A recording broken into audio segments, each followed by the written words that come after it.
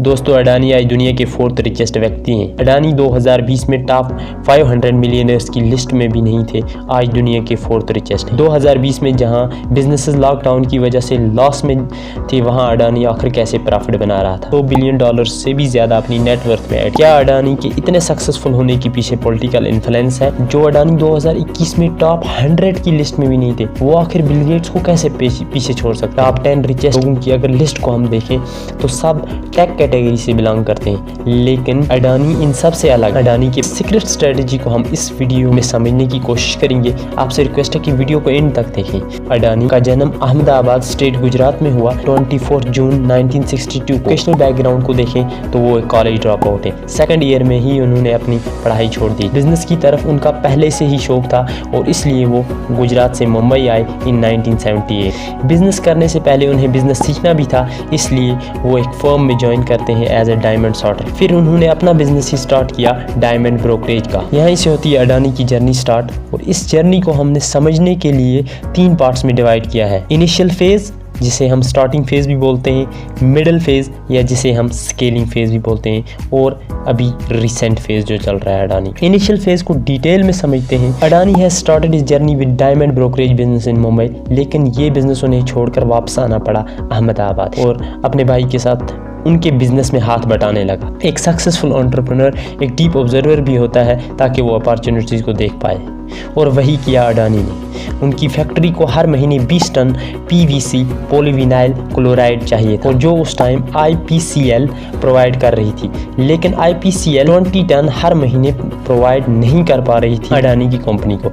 यहाँ अडानी ने अपॉर्चुनिटी देखी। अपॉर्चुनिटी तो उनके सामने है। IPCL is not able to provide that PVC to the company. In 1988, he started importing plastic granules to Kandla port.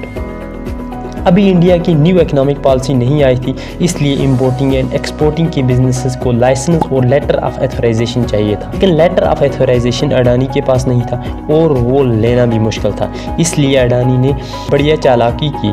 Gujarat state export corporation और PSU के साथ मिलकर अपने ऑर्डर्स देना स्टार्ट किए। अडानी मार्केट से ऑर्डर लाता था और फिर GSEC को देता था। GSEC एक गवर्नमेंट एंटिटी थी, इसलिए GSEC को लेटर ऑफ ऑथराइजेशन की ज़रूरत नहीं थी। इस मेथड से अडानी ने खूब पैसा कमाया और ट्रस्ट भी बना लिया। प्लास्टिक ग्रेनुल्स की प्राइस में उस टाइम हमेशा फ्लक्चुएशन आती रहती थी, मार्केट में बहुत फ्लक्चुएशंस थी और ट्रेडर्स एग्जिस्टिंग गुड्स को ही ज़्यादा प्राइस पे बेचते, लेकिन अडानी ने ऐसा नहीं। अडानी ने इस तरह मार्केट में ट्रस्ट बिल्ड किया और and then he established Adani Exports Limited in 1988, जो आज अडानी इंटरप्राइजेस के नाम से जानी जाती है। बिटवीन 1988-1992 अडानी के ऑर्डर्स की वॉल्यूम एकदम जंप होकर from 100 metric tons to 4000 metric tons हो गई, and it's a huge jump. New economic policy government ने लाई और असल में उसका मकसद था कि फालतू के रिस्ट्रिक्शन और लाइसेंस को हटाना था। And new economic policy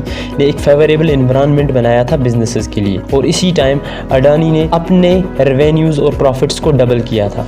Adani started expanding his businesses and the scaling journey has started. During scaling phase, Adani has started scaling his businesses rapidly. In 1993, Gujarat government invited private companies to run Mundra port, and Adani was looking for this opportunity. In 1995, Adani won the contract. Adani Ports and Special Economic Zone is India's largest multi-port operator and logistics service provider. Adani Ports developed 12 ports and increased capacity to 50 times from 10 metric tons to 490 metric tons within 12 years, and is now world's top 5 fastest growing port player. India's ports key trading partner में USA, China, Europe and UAE है।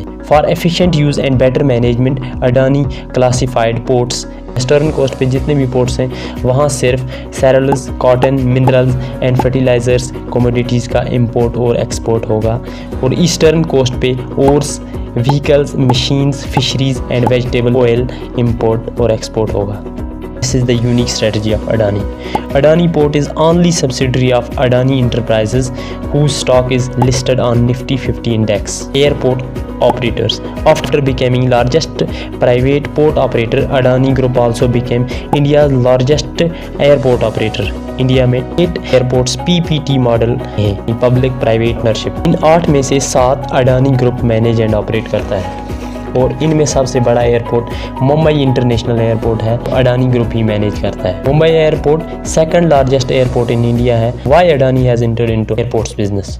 Adani knows business ethics well and he has a best strategy to take any business to next level. Adani airports के business में इसलिए आया क्योंकि उस time airport authority of India की हालत बहुत ख़राब। Airport authority of India continuously 3 financial years में लॉस में चल रहा था। AI cannot manage these airports and Adani को पोर्ट्स के बिजनेस का बहुत अच्छा एक्सपीरियंस था। He used that experience to take airports to next level. Started in 2005, Adani's Total Gas Limited is India's largest city gas distributor in terms of number of areas under operation. City gas distribution is near to monopoly business with no control over price selling, and also became highest growth potential company in India. Adani has also entered in Adani Agriculture Logistics, which is India's largest player with 45% of market share in modern agriculture storage space. Adani's Green Energy Limited is the largest green energy renewable company in India.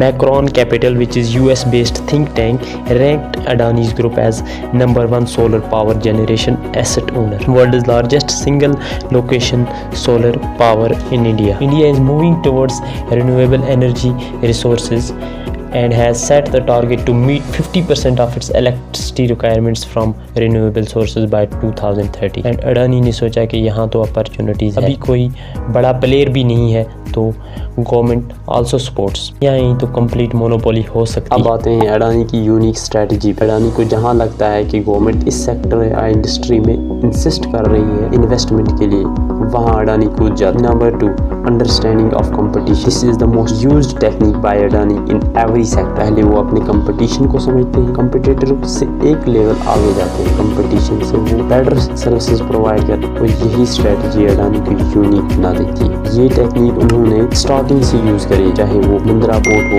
Airports हो, और अभी 5G auction. सबको लगता था कि 5G auction में इस बार अडानी सबसे बड़ा बिडर होगा, लेकिन ऐसा नहीं हुआ। इसके पीछे 2 बड़े रीजन, क्योंकि अडानी किसी भी बिजनेस में ऐसे ही नहीं कूद जाते। अडानी पहले छोटे से स्टार्ट, इस बार अडानी ने सबसे कम बिड लगाई, और वो इसके पीछे 2 रीजन ये है कि अडानी पहले इस सेक्टर को समझना चाहते हैं, इस इंडस्ट्री को समझना। सेकंड रीजन ये है कि अडानी कंपटीटर को भी समझना चाहते हैं कि कमजोरियां क्या है, वो कैसे इनसे बेहतर सर्विसेज प्रोवाइड कर। That's why Adani Group has become $1 billion market capitalization and also continues to expand new businesses around the globe. We must be proud that Asia's richest and world's 4th richest millionaire is from India. These strategies made Adani a business tycoon. Adani himself said that we have a unique business model. Adani को world का 4th largest and Asia का richest billionaire बनने में क्या political influence है? Yes, there is no fact to deny that political influence is there. It is common in all successful billionaires that governments are behind their success. Ruling government made policies that ease their path, and that's why they expand their business. And Modi and Adani have close friendship. लेकिन ऐसा नहीं है कि मोदी सिर्फ अडानी के दोस्त थे। In 1993 Gujarat में कांग्रेस की सरकार थी, और उस टाइम कांग्रेस की सरकार से मुंद्रा पोर्ट के लिए अडानी ने जमीन खरीदी थी 10 पैसा पर स्क्वायर मीटर के हिसाब से। In 1995 बीजेपी की गवर्नमेंट थी वहाँ पर गुजरात में, और उस टाइम अडानी ने 1 रुपये पर स्क्वायर मीटर के हिसाब से जमीन खरीदी। अब फैक्ट ये है, businessman like Adani must have a good relationship with the ruling government for their progress, otherwise there will be hurdles in their way. लेकिन मोदी के साथ कुछ खास ही है। In 2002 Gujarat riots was the most difficult for Modi's career. Almost all the industrialists criticized Modi, but Adani was in favor of Modi. Adani created rebel body Resurgent Group of Gujarat. In response to 2013, Patel cancelled Modi's speech event by saying his past records. In response to that, Adani has also cancelled his sponsorship contract with Patel. 2014 election campaign was most expensive election campaign of Modi. Adani was the largest contributor to that election campaign. Modi Delhi आए